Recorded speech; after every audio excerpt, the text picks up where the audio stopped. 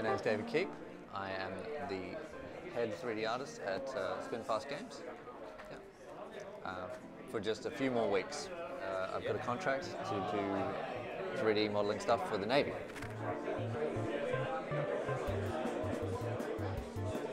I think it was Dig Dug that I can remember playing. I remember playing a game called Pod in pre-primary, where you type in things that you want Pod to do, and he could do a number of things, like he could jump and eat, I think, maybe. He could probably eat. I forget exactly what he chose to eat. The most interesting thing he could do was pop, and he would actually explode and bits of him would fly around the screen. It's quite graphic for a kid's game, actually. I think I made a game that was a bit of a knockoff of Space War, or Space Wars. It's a bit like Asteroids, only 2-player, and you like fly around. There's like a planet in the center, and you have gravitational pull, and it pulls you towards it. So I tried to make a game a bit like that. Yeah. And I made like a simulation thing for Murdoch and stuff, walking around campus. The project was kind of like make part of the campus and then make that bit that you made into a game. And I don't know, I guess I didn't read the brief very closely and just kind of read, make part of the campus, make a game. And I just made a separate game that didn't have anything to do with the campus. And yeah, we got in a little bit of trouble for that. But maybe you shouldn't tell people. It's kind of embarrassing.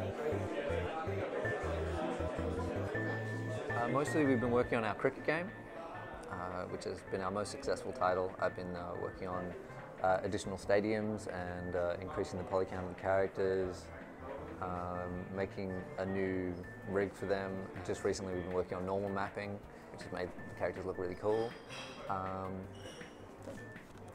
Most of that kind of stuff. Updates for cricket. So. A lot of that stuff's DLC as well. Oh, and we've made some cool kind of seasonal content. So we had like, for Halloween, our Spinfast team were zombies. So I made zombie textures, which was fun.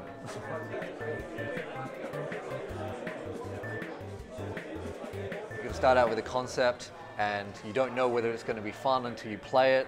So you've got to get programmers to build it, and you know, often the programmers aren't the people who have the vision for the game. So the people with the vision have to explain it to the programmers, and the programmers have to actually make it, and then the designers say, okay, that's kind of what we were after, and then when you actually got something you can play around with, you can see what's wrong with it and how you can make it better, and that's important to have like the iterative process in game development, because then you can find out what's fun and you make it better and better and better.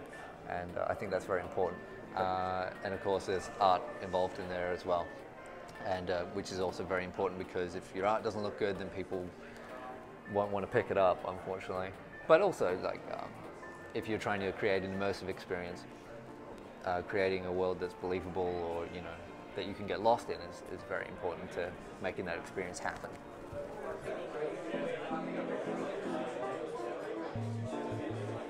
I don't know, I'd be tempted to take Phoenix Wright.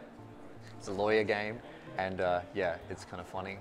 It's got some good writing in it. It's got really ridiculous plot twists, and I find it really entertaining. So I might take a few of them if on a 20-hour flight. Yeah, I enjoy those games.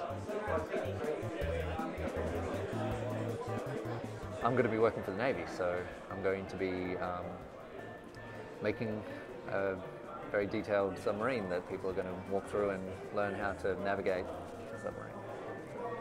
That'll be exciting. It'll be very different from the work that I did at Spinfast. So I'm excited.